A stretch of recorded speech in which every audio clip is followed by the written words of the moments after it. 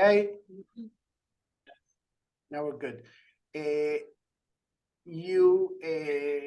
Maybe what we can do is that I can give you also permission to record if you want locally. Do you want that? Yes, Rabbi, if possible. Sure. You can record it also. So if I forget, you'll also have it. Okay, Rabbi. All right. Thank you, Rabbi. Okay, with pleasure. So, all right. So just to make everyone on the same page with Chagia, we are learning Tanya, as you already know. Okay, and Tanya means it was taught. Okay, it's from a Baraita, Tanu Rabbanan. Our sages have taught. Okay, so we are learning that which Torah teaches us. Okay, Torah means a ora'ah, a teaching, and Tanya means it was, that teaching was actually taught. Okay, the Torah is the instructions for life, how to achieve the greatest fulfillment in life. And Tanya means we have now understood how to achieve that. Okay, and it's basically coming into a point of a face-to-face relationship with Hashem on a constant basis in everything that we do, intellectually, emotionally, and also in our deeds. Okay? Yafe. So now let's start with Noach. Noach, you can let's start from where we started last time, which it says Hinuch lanahar al pi darko gam ki azkin lo yasur mimena, where it says educate the child according to his way. You can start there, Noach. Yes, Rabbi. חינוך לנער על פי דרכו, גם כי יסכין לא יסור ממנה. Educate the child according to his way, even as he grows old, he will not depart from it. הנה דכתיב, על פי דרכו, משמע שאינה דרך האמת לאמיתו. Since the word writes, according to his way, this implies that it is not the path of perfect truth, but merely a path to be followed by the child. ואם כן, מאי מעלייתה שגם כי יסכין לא יסור ממנה. Hence, of what merit is it that, even as he grows old, he will not depart from it? Indeed, it would seem that the very opposite should be the case. When the child matures, he should forsake his childish path in favor of the path of truth. What possible merit could there be in departing from it, in not departing from it? Okay. Wait a second. Okay, so this is the question. Thank you, Noach. Okay, as everyone understands, right? This is the question, all right, that we have to integrate in our way of educating a child, which is that we will need to convey the truth in a relative way, okay, which seems like a paradox, right? Because truth is eternal. It doesn't change. It doesn't depend on the circumstances. It doesn't depend on the age of the person. It doesn't depend on the epoch of the history of humankind. It doesn't depend if you are a child or a mom or a grandfather. It doesn't. Truth is eternal. So therefore is not affected by circumstances, right? So here we are kind of saying that, you know, you teach a partial truth to a child in order for him to, when he grows old, he will not depart from it. So, but it seems like a paradox. What are we saying here? Whether you're going to say the truth, whether you're going to say a lie, because there is no 99.9% truth and 0.1% lie. Whether it's truth, where it's not. So how can we compromise truth in a certain way when we are educating a child? This is the question that is being asked, and pay attention to the words, al pi darkoi, according to his way. Okay, the way of the child, meaning as we have to be sensitive enough to perceive, you know, if it's a girl, it's a girl, if it's a boy, it's a boy, and if it's a girl with the capacity to understand the metaphysical aspects, or if it's a girl which is a more analytical type of approach, which is more mathematical, Okay? Each one of us is created in a very singular, unique way. We are all human beings sitting here. We all have 2 eyes, a nose, a mouth, and 2 ears. But each one of us is singular and unique, a unique manifestation of divinity. Okay? So this is the greatest challenge of all times, I can assure you this. All great men throughout great generations tried to combine. This is the greatest challenge of Jewish monotheism. There is no other monotheism for that token, but what is really monotheism? What is to believe in the one God? That's our challenge, okay? Throughout the coming chapters of Tanya, that will be our challenge, how to unite utter unity with singularity. Okay, you understand how to generate a community where everyone conserves his unique identity. A person might have 5 or 6 or 7 or 8 children or 2 children, but one is not the same as the other. He is a unique manifestation of the divine. Okay, so this is the question that we are asking right now. How can we vehiculate this truth to each single human being? Okay, so let's continue. Avram, from אך הנה מודעת זאת כי שורשי עבודת השם ויסודותיה הן דרכנו ורחמנו. Okay? Now it is well, yes, Rabbi. Now it is well known that the literally fear and the love of God are the roots and foundations of divine service. The performance of Torah and mitzvot in thought, speech, and deed is rooted and founded upon one's love and fear of God. The awe of God enables the Jew to properly observe the prohibitive commandments, while the love of Him makes it possible for the Jew to perform the positive commandments with inner feeling, as the Alter Rebbe now goes on to explain. Hayra sheresh v'yesod leisur merah.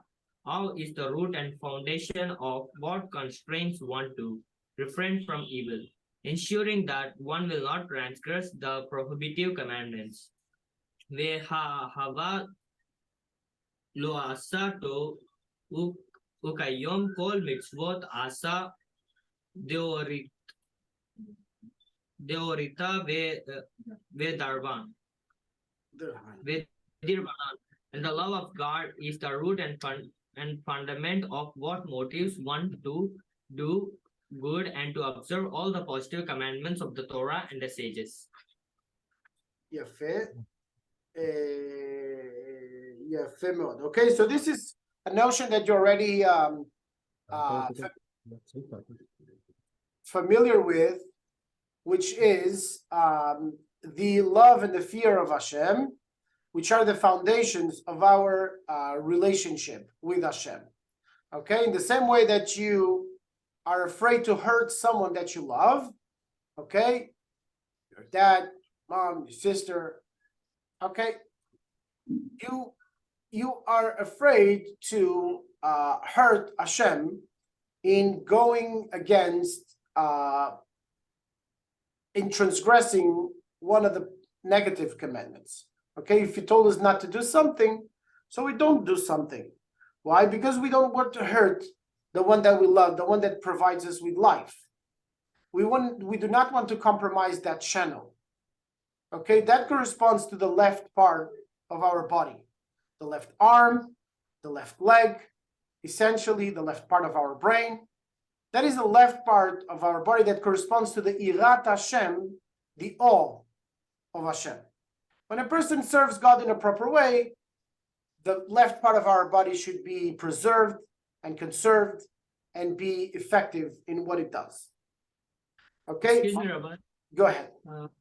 You said that the left part means the left part of the body. It includes the brain. Yes. It is the left part. So how the left brain controls the right and the right brain controls the left. So how can it be? Very good question. Very good question. You want to get metaphysical? We're going to do it. So I'm gonna bring it on screen. I'm going to bring it on screen, a whiteboard, so we can do this together. Actually, I have a model. Maybe I'll bring you the model instead of, and we can draw it on that. Just a second. I'm going to bring you a model here on screen, so it's easier. Okay, I cannot minimize it. Well, okay, yes, I can. In just a second, I'm going to show you a model of that. I just want to bring it from a source where you can see clearly where to. I have just a second. Not here. It's here, and we can bring. Okay, that should be one here. And just one second, as I'm opening here the file. Okay, here we go. I'm going to share this with you on screen. Here we are. Okay, so now you can see my screen. And okay, Yofi. So, okay, see here you have the at the center of the screen what is called the Eitz Chaim, the tree of life. Okay, this is the model for the soul according to the Ramak. In fact, Rabbi Moshe Cordovero doesn't. It's not very critical that you retain it, but this is the model of the soul. Okay, this is what is between, so to speak, the essence of Hashem and us. This is what we call divinity. Okay, this is what we call divinity. Okay, there is God and there is godliness. There is Hashem and there is His presence. Okay, it's different to be with someone and to hear a vocal message from someone. Okay, it's two aspects of the person. All right, so here, okay, here we were talking about the left side, which is this part. This is the left side, okay, which is the Bina, okay, the Bina, which is the element of understanding in the brain, and the left arm and the right leg, okay, which are the aspect of discipline and the aspect of acknowledgement, okay, a profound sense of identity. I don't want to go too much into details because this is the Tanya uses, okay, concepts from the Zohar, okay, which is the mystical dimension of Torah, and explain this in a way that we can apply it in our daily lives, okay? So as I said, the Iras Hashem, the fear of hurting Hashem, so to speak. Of course, we all understand that we cannot really hurt Hashem, right? Because Hashem is beyond the world, okay? Nevertheless, He chooses to make Himself vulnerable in order to establish a relationship with us. So therefore, there is a level where we could hurt Him, okay? So now, that's the first element. And now to answer Abraham's question, so like this. Like you said, the right brain controls the left part of the body. The left brain controls the right part of the body. That's what we call a ipsilateral control, okay, of the brain. Now, the question is why, just a second.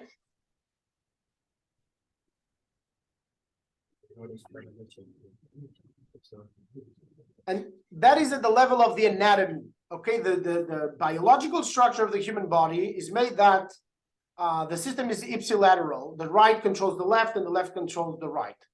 Why should God generate a system that seems complicated? Make it simple. Right controls right and left controls left. Make it simple. Well, the way that the reality is conceived is that everything which is right on high becomes left on below. Everything that is left on high becomes right on below. In the sense that the greater souls fall the further from their source, and the lower souls fall the closer to the source. I will give you an example here. I know that you asked a complicated question, Abraham. I'll give you a complicated answer. Okay?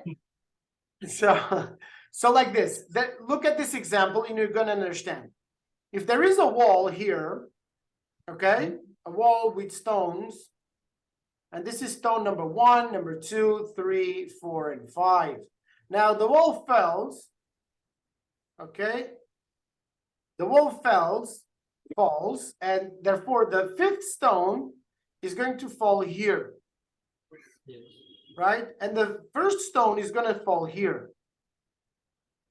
So you see that the stone that was higher fell the furthest from the source of the wall here. Okay?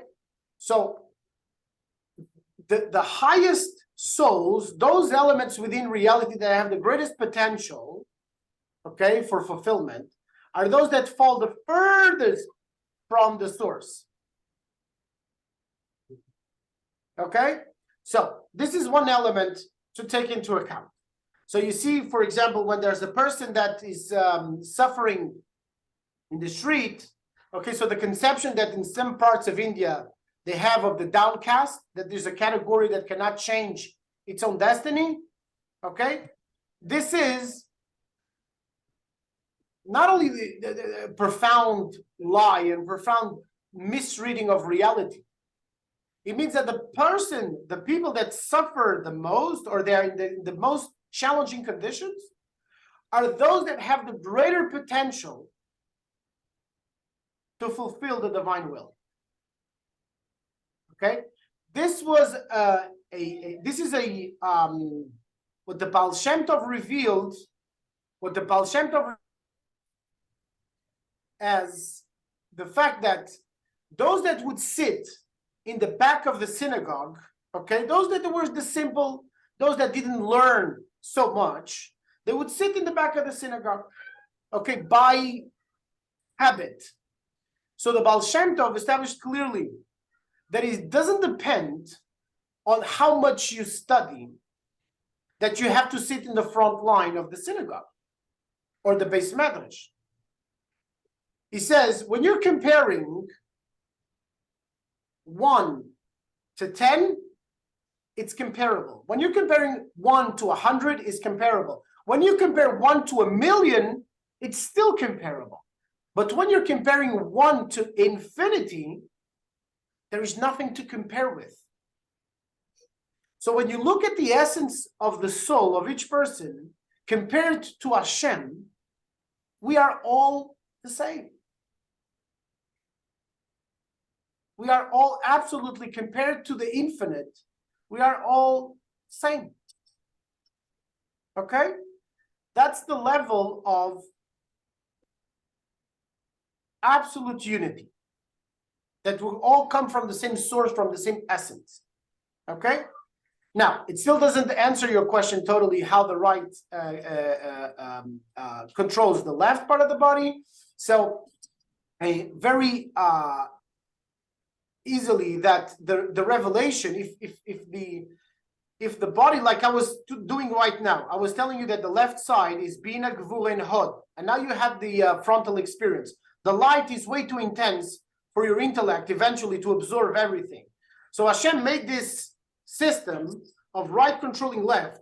So there is one stage of effort that a person has to do in order to receive the revelation. Okay, amongst those that study the mystical dimensions of Torah, we say that the master can only teach to the extent that the student is ready to receive. So there's always this part that the student has to make an effort. He has to cross that boundary. The teaching he has to shift it in his own mind.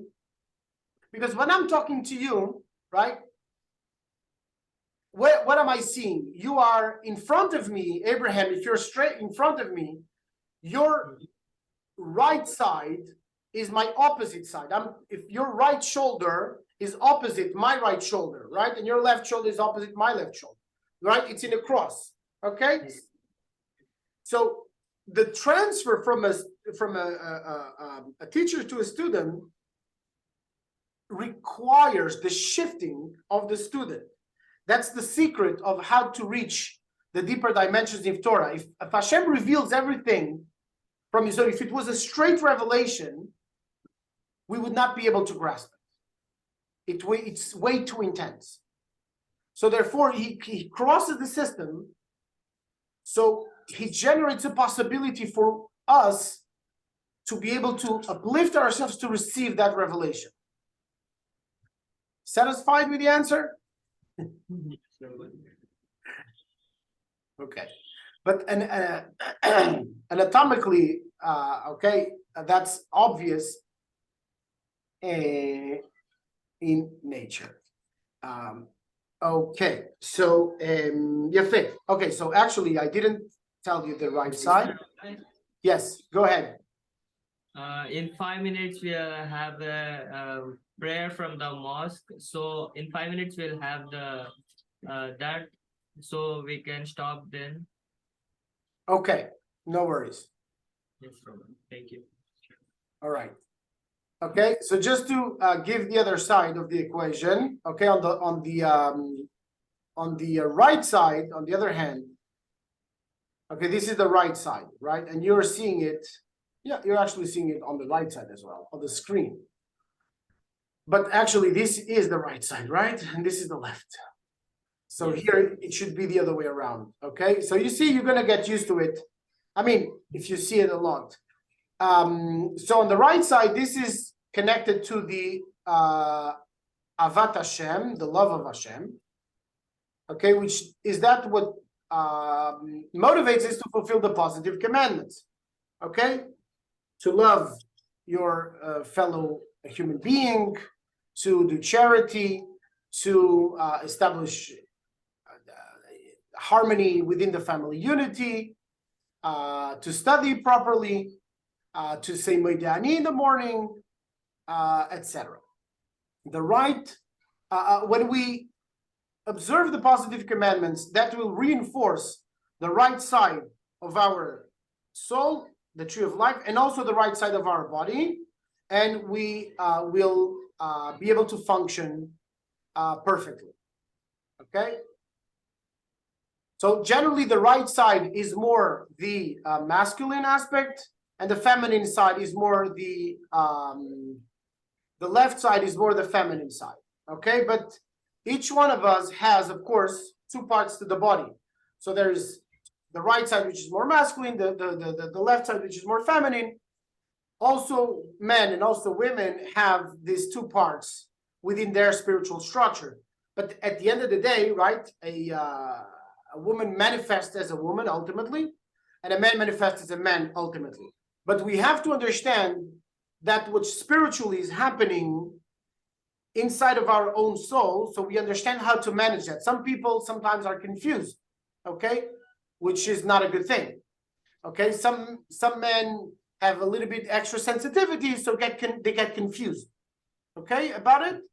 So we must not confuse the biological gender with the spiritual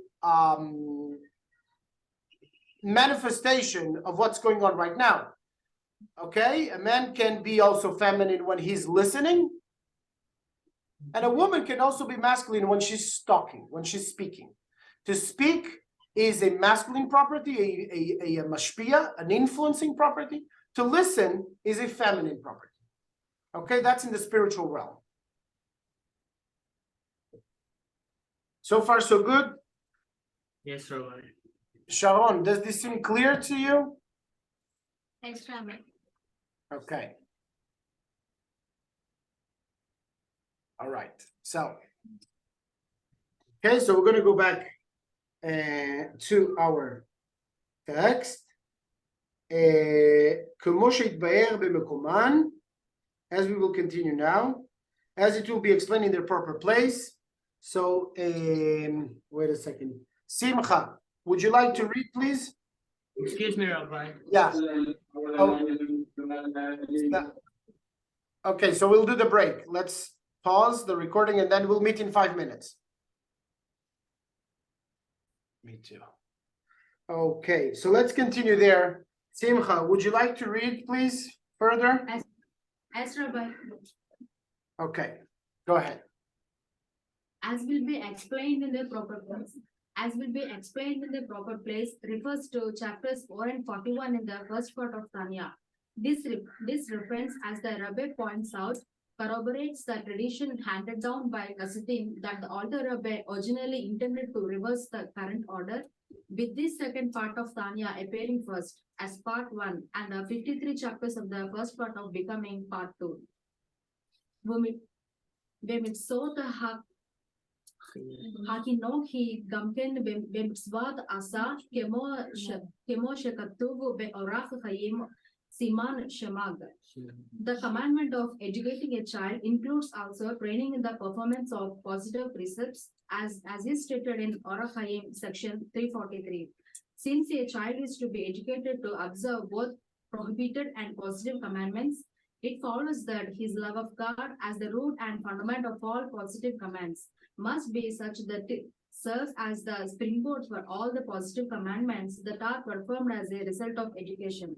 We must therefore say that there exists an inferior and transcendent degree of love that serve as the root and foundation for those mitzvot that are performed as a result of education, a degree of love distinct from the superior level that motives an adult.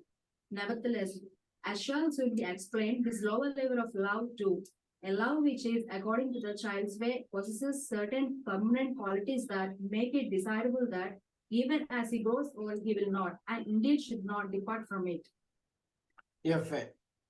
Okay, thank you, Simcha. Okay.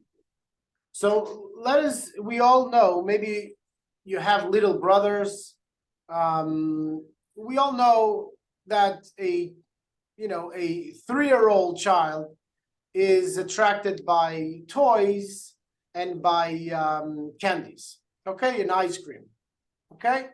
So he has a love for those things. How are we supposed to educate a child within the way of truth and knowing Hashem and living a life where the person is attracted to divinity, to wisdom, to performing the commandments, to doing good, to helping one's neighbor, to contribute positively for the project Hashem calls humanity? How are we to educate the person in this way? We have to consider where his natural soul inclines him to. Okay, it would be a waste of time to try to say to a child of a 3-year-old, well, by 3 years old they start understanding and learning. True, but it's very limited. It would be right now what we're doing together, right? Learning Tanya. It would be useless to say to a 3-year-old child, "Come and let's sit and let's learn Tanya," right? He's not attracted by that. He's attracted by toys and sweet food. Okay. So when a child starts growing up, we use the method of reward. Okay, when the child has done something good, shared with his brothers, okay, or has helped his mom cleaning, or just putting his toys back into a place, etc. We give him a reward. That is the first part of the education of a child, is to give him a reward, okay, which is ligmol, okay, from the root of gemilut chasadim, of providing with kindness. Okay, so we give him a reward. okay, which is a candy or which is a toy, which is things that he has natural love for it. He doesn't have yet natural love for wisdom. Okay, it's something that will come with time. So how do we do that? What the things that the parents love, which is wisdom, structure, helping others, contributing positively to one's family and society. Okay, by giving rewards in that direction, okay, we will educate the child in loving that which we love, okay, into being attracted by what we are attracted by. If we're attracted by nonsense, by watching TV all the time and blah, blah, blah, so also the kids will be attracted by watching TV all the time, okay? And that's a total waste, okay? I'm not saying that they cannot watch TV at all or watch a series on cartoon or whatever. It's okay. We don't need to be extreme about anything, okay? There's no holy that we're sitting in an isolated space and we don't interact with the world. Not at all, okay? We are part of this world, okay? But with time, therefore, the child will learn to love what we love, okay? That's how love is truly generated. You want it to be intellectually generated. This is fundamental in the stability of our entire lives. Love should not be a feeling. When a child is a child, he loves anything. He's attracted by anything that comes into his way. Okay, this food or that food, or this toy or that toy. It's undifferentiated. The level of unity is way too much intense in a child. Okay? It's his natural soul is attracted by everything that comes on his way. So we will have to educate the child, teach him how to focus his attention and be attracted by specific aspects of reality, like having books in the house, opening a book as much as is given to us as possible. So he sees his father or his mother studying, and he will be attracted by it. And when he read the entire book, we give him a prize. Okay, we give him an ice cream, or we give him a candy. Okay, so in that sense, we will train him into ultimately coming to the love of Hashem. But you understand that in the beginning, it's not going to be directly into wisdom. So, okay, there is a delay, okay, between the time where he can absorb a certain truth until he is able to absorb the entire truth, that all love, all feelings should be generated intellectually, and we should not let ourselves guide by our feelings. Okay, that should never guide our lives. That's what the entire Torah is. Okay, is moach shalit al alev. When you see a Jew putting on tefillin, yeah, with the black box on the head and the yarn, it's a principle that the brain has to control the deeds. The brain has to control the heart. We have to be able to generate feelings intellectually. And that's a great strength that we all need to achieve in our lives. Okay? Any questions at this point? No? Okay. Okay, so we're going to progress another 5 or 7 minutes, and then we can discuss, okay, any questions that you have directly concerned to the subject or broadly. Let's hear Hodaya. Hodia, nachon. Okay. Hodia, you can read from Vehine be'ahava ktiv. Okay. והנה באהבה כתיב בסוף פרשת עקב, אשר אנוכי מצווה אתכם לעשותה לאהבה את השם וגוי. Concerning the love of God, it is written at the end of the portion Eker, which I commanded you to do to love God. Etzarik lehavin eik shaik lashon asiya vi ahava sheba lev. It is necessary to understand how an expression of doing can be applied to love, which is an emotion in the heart. The Alter Rebbe now proceeds to resolve the seeming anomaly. First, however, he describes the superior degree of love that cannot be created. One can merely provide the conditions for its revelation. As to the above anomaly, he now explains that there exists a manner of love that is indeed created by meditating upon those concepts that arouse it. An active verb such as doing suits this manner of love since it is experienced as a result of one's own doing. May I continue, Rabbi? Yes. Ak a ene hu the ish sne mine ahava Hashem. The explanation, however, it is that there are two kinds of love of God. The achat he kalut hanefesh be tava el bora. One is the natural earning love of the soul to its creator. Since this love is intrinsic to the soul, which is truly a part of God above, this love need not and indeed cannot be created at all. It merely needs to be revealed. But how can such a passionate yearning become revealed in one's corporeal fleshly heart?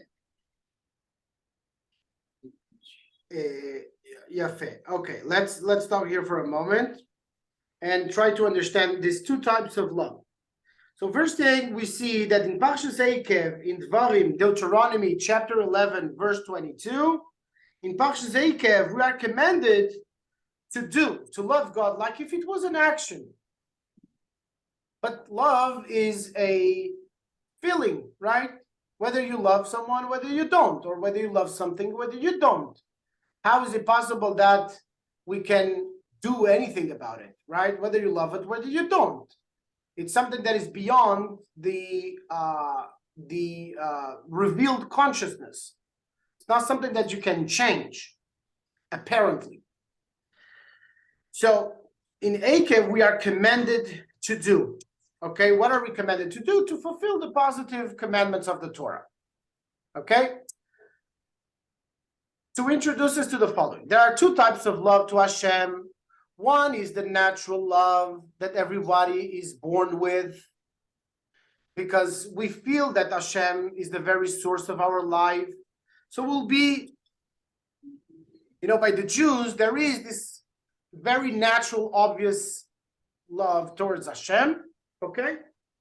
So by Noachites, it's not as obvious as that, but it in your circumstances, okay, with the Sorovadia, etc., that love was definitely revealed, and that's what we call the natural love. The natural love of Hashem. Someone is inclined naturally to what is very close to him. Okay, so like we said, like a child, what's close to him? Simple things. Okay, sweets and toys. So he's naturally inclined to those things. Okay, and we should not negate those things. A child is supposed to be a child. A child is supposed to eat ice cream and stuff, and not too much. Okay, not too much. Okay, but he's supposed to have toys and he's supposed to play, for sure. His natural love is also created by God. Okay, it's not. Now you have to be an adult and you have to behave like an adult and you have to sit at a chair and be like everyone else. But the kid is only 6 years old. Give him a break. He's a kid. He needs to go and play around and interact. So that's the first level of natural love that every single human being is born with. The capacity to feel the attraction to this object of love, okay, which is, whether in the case of the child, okay, the toys or the sweets, okay, or in the case of adult, which is wisdom. Now, the second, and first, before we get there, and so this first love, some people get it a little bit more than others, okay? Some people feel a more natural love. They are more excited, okay? They are essentially, let's say, two big classes of souls. Of course, this is a very broad description, but there are majorly two classes of souls, okay, in the broad sense, the right side and the left side. The right side is the souls that are like a bull. A bull is, you see the size of a bull is very energetic, etc. And he can also do a lot of damage compared to a sheep. Okay, sheep is very docile, is very tranquil, and doesn't do a lot of damage. If you let him loose, he doesn't do a lot of damage, contrary to a bull. But when you're bringing the two animals to the Mizbeach, to the altar in the temple, the bull, you see what it makes a big fire. And the sheep, it makes a small fire. Okay, so the bull is to signify those that have a great love for Hashem. And the sheep is those that are a little bit colder, and they are more intellectual.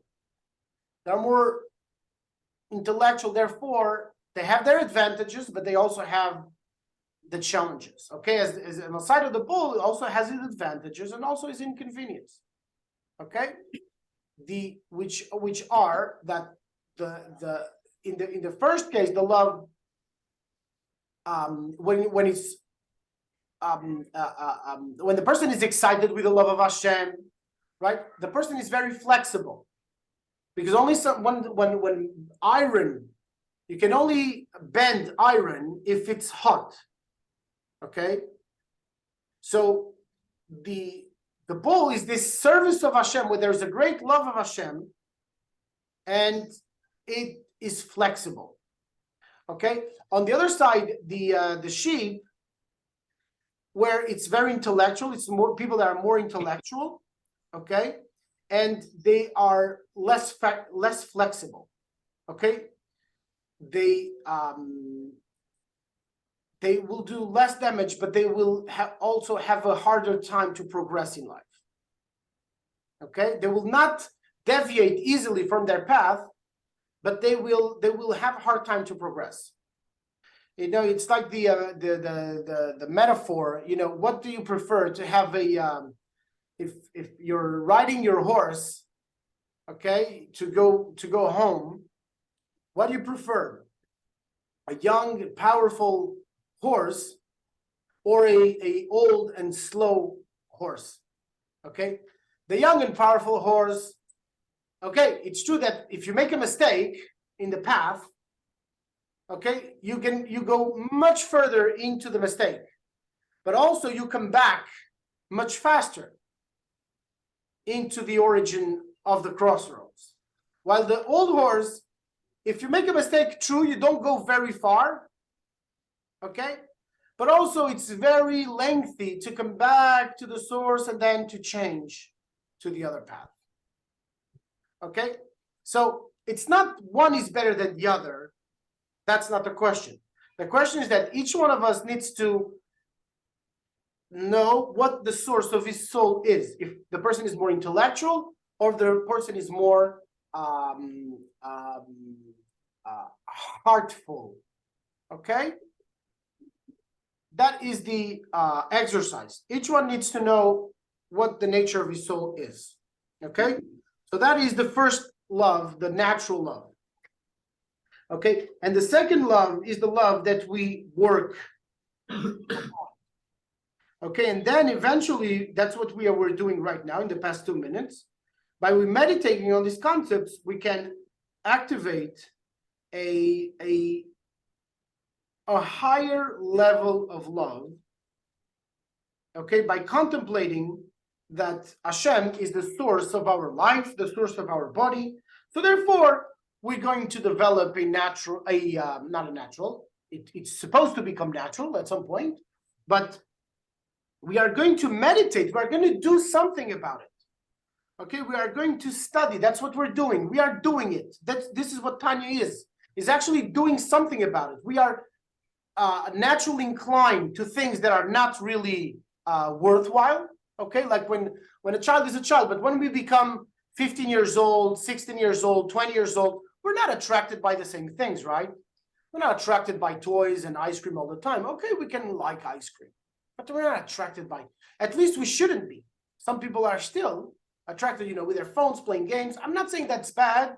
You can play a game or whatever with the phone, but you should not spend hours and hours, playing games hours and hours. No, it's not good. Okay, a little bit, it's fine. And therefore, we have to meditate, to do something about it, to study. So we develop a love which is directed to things that are worthwhile, okay? Which are wisdom, understanding. That's what's going to make us successful and to succeed in everything in our life. All right? Yafe.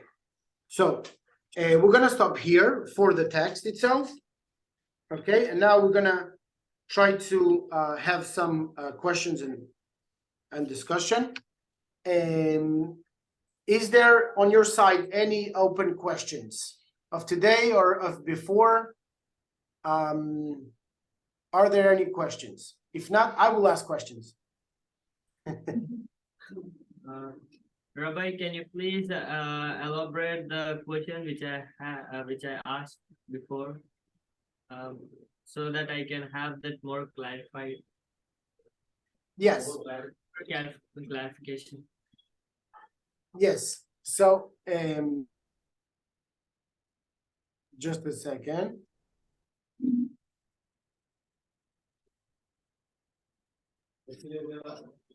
Okay. So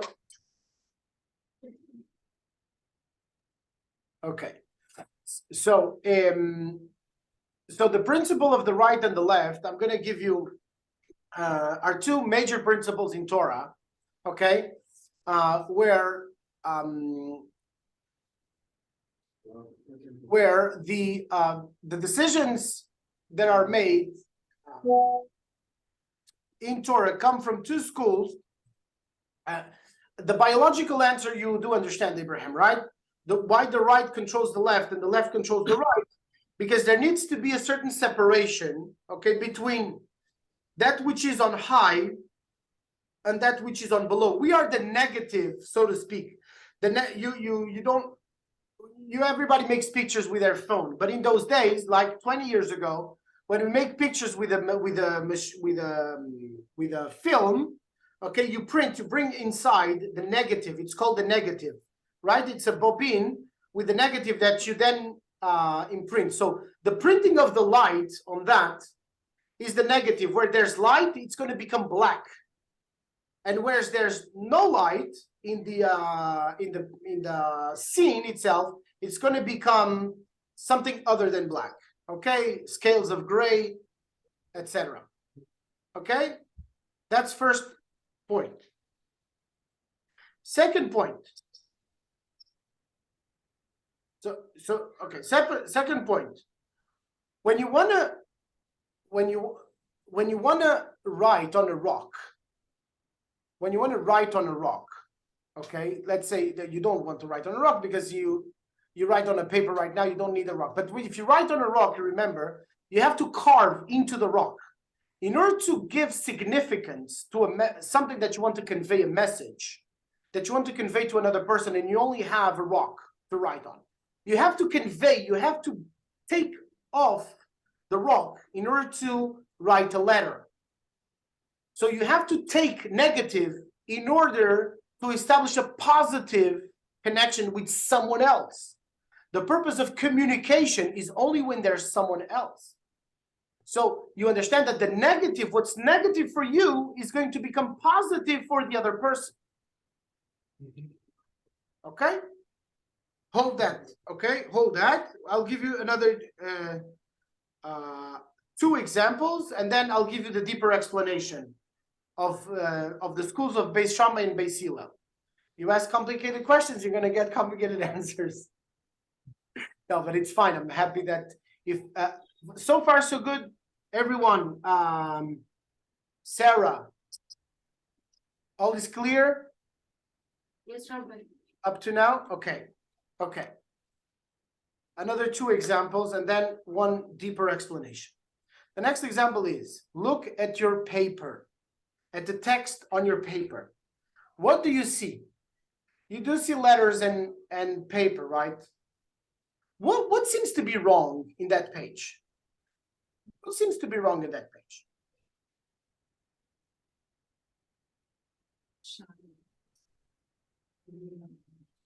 If you don't see what's wrong in that page, just describe for a moment what you see, and you'll see eventually that you'll get to the what's wrong in that page. Describe what you see, Abraham. I see there is a menorah on the background. Okay. Okay, that's a good point. That's a good point. But that's the first we start with a pshat. We start with a simple meaning, right? That's what Rashi explains on the Chumash. What a 5-year-old would ask, start with a pshat, with a simple meaning. What do you see in that paper? Just say bluntly what everybody sees. Letters. Letters on paper. What color are those letters? Black. Black. What color is the paper? White. So you already see what's wrong here, right, in the picture. Black is darkness, is lack of meaning. And light, white, is meaning. What's wrong here in the paper? What's giving meaning to this paper? Is it the white or the dark?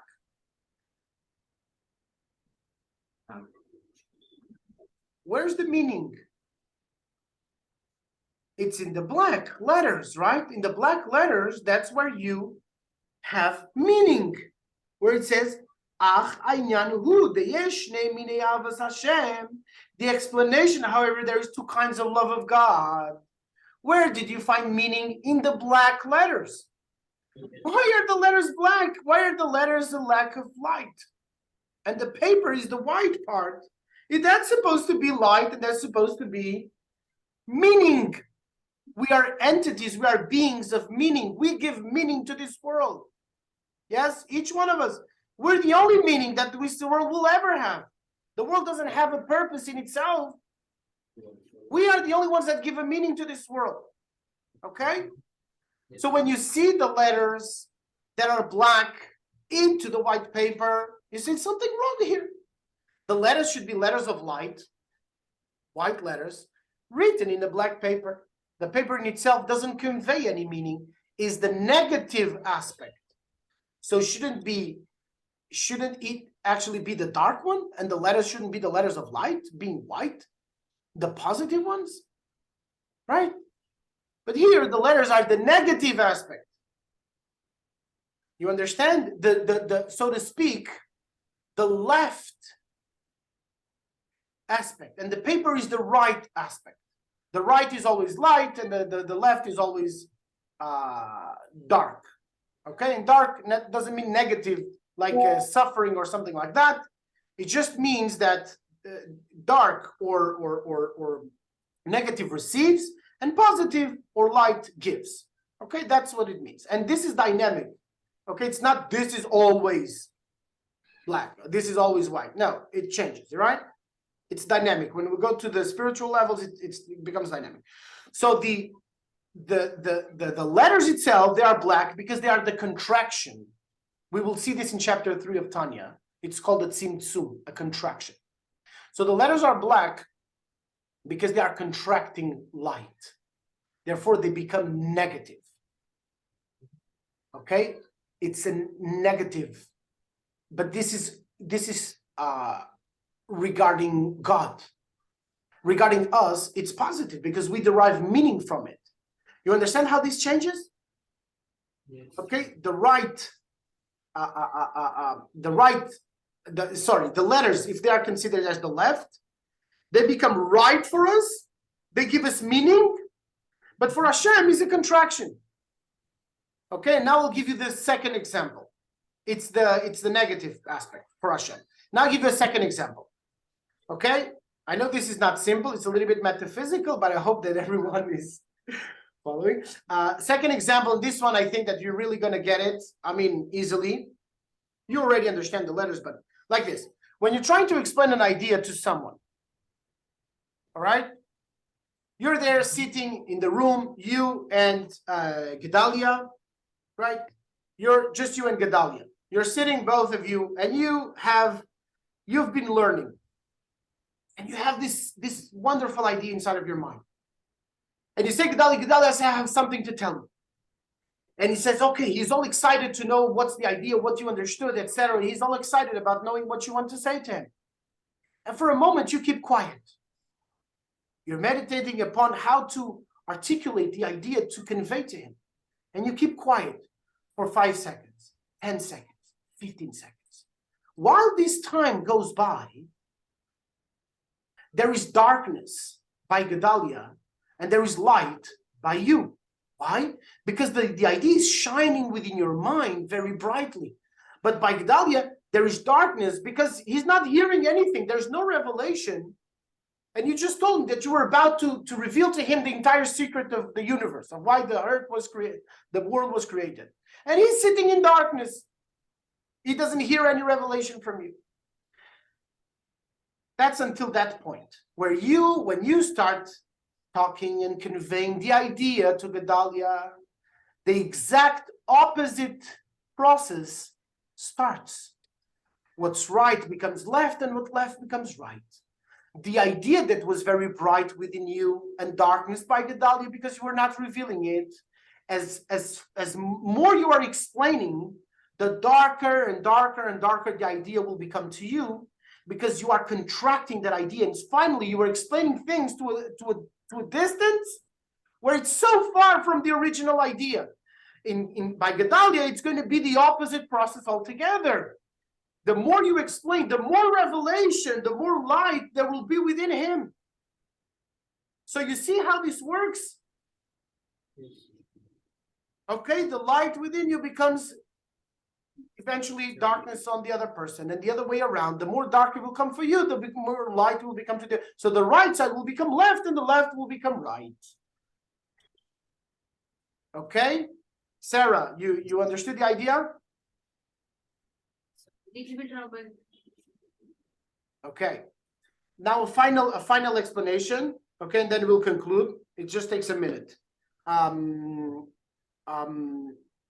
This is recorded, so you can listen again. Final explanation. You all know that there are 2 big schools in the Talmud, okay, which are Beis Shammai and Beis Hillel, right? Yes, sir. Okay, so Beis Shammai were the stringent school, those that are very rigorous, okay? And Beis Hillel are the more lenient school, okay, which says, okay, this is permitted. They are looking at, let's say, a giraffe. A giraffe, you don't know, I mean, it's kosher because it has a split hoof and chews its cud like a cow, right? Now, is it kosher or is it not kosher? What would you say, Noah? What would you say? A giraffe is kosher or not kosher? Not kosher. Why not? Because it has splitted hooves. But that's a. What do you say, Sharon? No. What do you say, Odia? You wanted to say something? I'm thinking that it is kosher, Rabbi, because its shoe is cut and it has splitted hooves. Exactly. So it is kosher. But, okay, because it has the 2 characters, it's okay, Noach, it's okay, it's fine. You maybe, so the what makes it that we don't eat a giraffe is because we're not sure exactly where to cut in the neck. Okay, we're not sure. Now, if you present the case to Beis Shammai, he will say, don't eat it all together. Okay, if you're not sure, don't eat it all together. If you go to Beis Hillel, he says, listen, if you inquired and you discovered and you know exactly where's the trachea meets the esophagus, go ahead, tishchot ota, and you can eat it. That's fine. It's kosher. Okay? If you know how to identify, if you have an x-ray to see exactly where the esophagus meets the trachea, okay, the food pipe and the windpipe, that's it. You can cut there and that's kosher, you can eat. Okay? Just for you to get an example.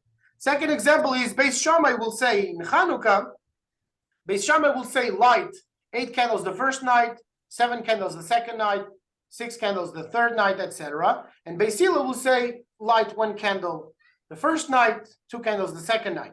So Beis Hillel is about increasing in holiness, and Beis Shammai is to reach the essence of holiness.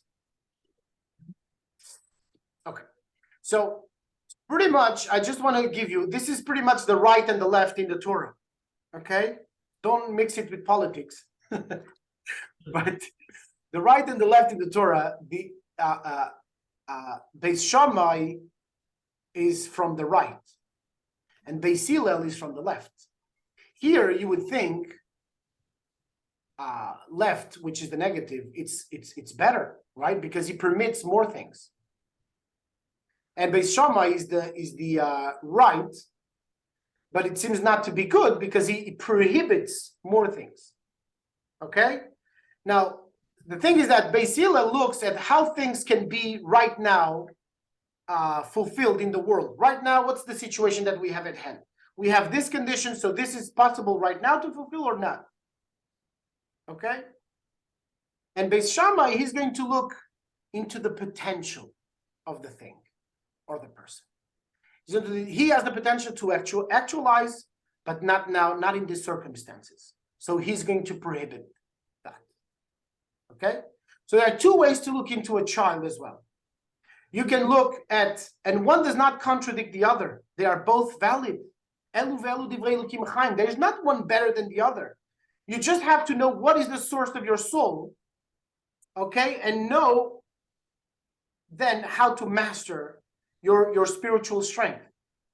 Okay, so when you look at the child, you look at that which is right now. The child, say, is 4 years old, and he can only understand a certain number of things. And you therefore have a behavior, okay, directed to a 4-year-old. Second, you can look at the child as the potential of greatness, the sensitivity that a child has, and therefore preserve the child from being in touch with things that normal children are in touch with. Okay, you will preserve them to ensure that his greatness will be able to be fulfilled in the near future. Okay, so you have these 2 aspects of right and left. Okay, as it's written in Psalms that and also in Shir Hashirim, that with your right hand you bring me close to you, and with your left hand you sustain my head.